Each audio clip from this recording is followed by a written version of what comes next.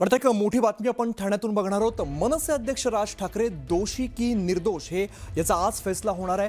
ठाणे न्यायालय हा निकाल देणार आहे। न्यायमूर्ती अभिजित व्ही कुलकर्णी हे निकाल देतील। कल्याण रेल्वे भरती करता आलेल्या परप्रांतीय विद्यार्थ्यांना मारहाण करण्यात आली होती आणि कल्याण रेल्वे स्थानकावरती करणे ही मारहाण सगळी झालेली होती। 2008 साली हे सगळं प्रकरण घडलं आणि राज ठाकरेंनी भडकाऊ भाषण केल्याचा आरोप करण्यात आलेला आहे।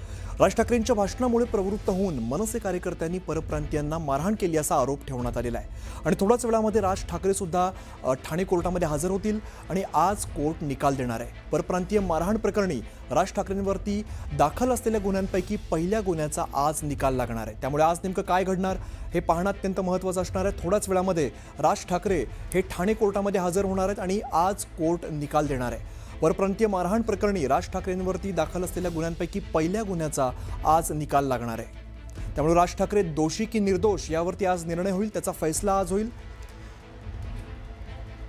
राज ठाकरेंनी भडकाऊ भाषण केल्याचा आरोप करण्यात आलेला होता। त्यानंतर 2008 साली हे सगळं प्रकरण घडलं। 2008 साली मारहाण झालेली होती। कल्याण रेल्वे स्थानकावरती ही सगळी मारहाण झाली आणि कल्याण या ठिकाणी रेल्वे भरती करता आलेल्या या सगळ्या परप्रांतीयांना मारहाण झालेली होती। 2008 साली सगळं प्रकरण घडलं आणि त्याचा निकाल आज लागतोय। राज ठाकरे दोषी की निर्दोष यावरती आज फैसला होणार आहे। मोठी बातमी आपण ठाण्यातून बघतोय। मनसे अध्यक्ष राज ठाकरे दोषी की निर्दोष यावरती ठाणे कोर्ट आज निकाल देणार आहे। कल्याणमध्ये रेल्वे भरती करता आलेल्या परप्रांतीय विद्यार्थ्यांना मारहाण करण्यात आलेली होती आणि 2008 साली ही मारहाण झाली आणि या प्रकरणी आज कोर्ट निकाल देणार आहे। अजित मांढरे आमचे प्रतिनिधी या संदर्भात आपल्याला अधिकची माहिती देतात। अजित, आजचा दिवस अत्यंत महत्त्वाचा। मनसे अध्यक्ष राज ठाकरे हे दोषी की निर्दोष यावरती आज फैसला होणार आहे। 2008 ला हे प्रकरण घडलं होतं। कल्याणमध्ये रेल्वे स्थानकावरती रेल्वे भरती करता परप्रांतीय तरुण आले होते आणि त्यांना मनसैनिकांनी मारहाण केली होती। या प्रकरणी जवळपास 10 ते 12 जणांना अटक करण्यात आली होती। त्यापैकी 10 जणांना नंतर त्यांच्यावरती दोषारोप ठेवून त्यांच्यावरती आरोप निश्चिती करण्यात आली। यामध्ये एकूण 11 आरोपी करण्यात आले।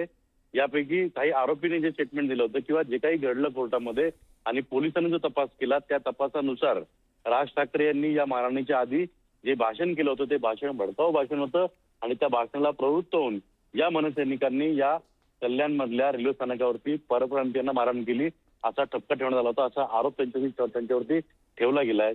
कल्याणमध्ये प्रकरण सुरू होतं। जवळपास 16 वर्ष हे प्रकरण चाललं आणि शेवटी आज त्याचा निकाल येतोय। हे परप्रांतीयांना मारहाण म्हणजे मनसेनं स्थापना झाल्यानंतर जो आवाज उठवला होता आणि त्यामध्ये सर्वात पहिलं त्यांचं हे होतं की रेल्वे भरती करता जी मुलं आलेली आहेत त्यांना हुसकावून लावा, हे अशा पद्धतीचं हे प्रकरण होतं। हे राज्यभर झालं होतं आणि त्यातल्या पहिल्या प्रकरणाचा निकाल जो आहे तो आज येईल। सर्वात आधी कल्याणला मारहाण झाली होती आणि त्याच प्रकरणाचा निकाल जो आहे तो आज येईल आणि त्यामध्ये राज ठाकरे 10 नंबरचे आरोपी आहेत। त्यांच्यावरती आरोप ठेवला की त्यांनी भडकाऊ भाषण केलं आणि त्या भाषणाला प्रवृत्त होऊन मनसैनिकांनी मारहाण केली। या प्रकरणी जेव्हा त्यांचा जबाब नोंदवला, स्वतः न्यायमूर्ती अभिजित व्ही कुलकर्णी यांनी हा त्यांचा जबाब नोंदवला।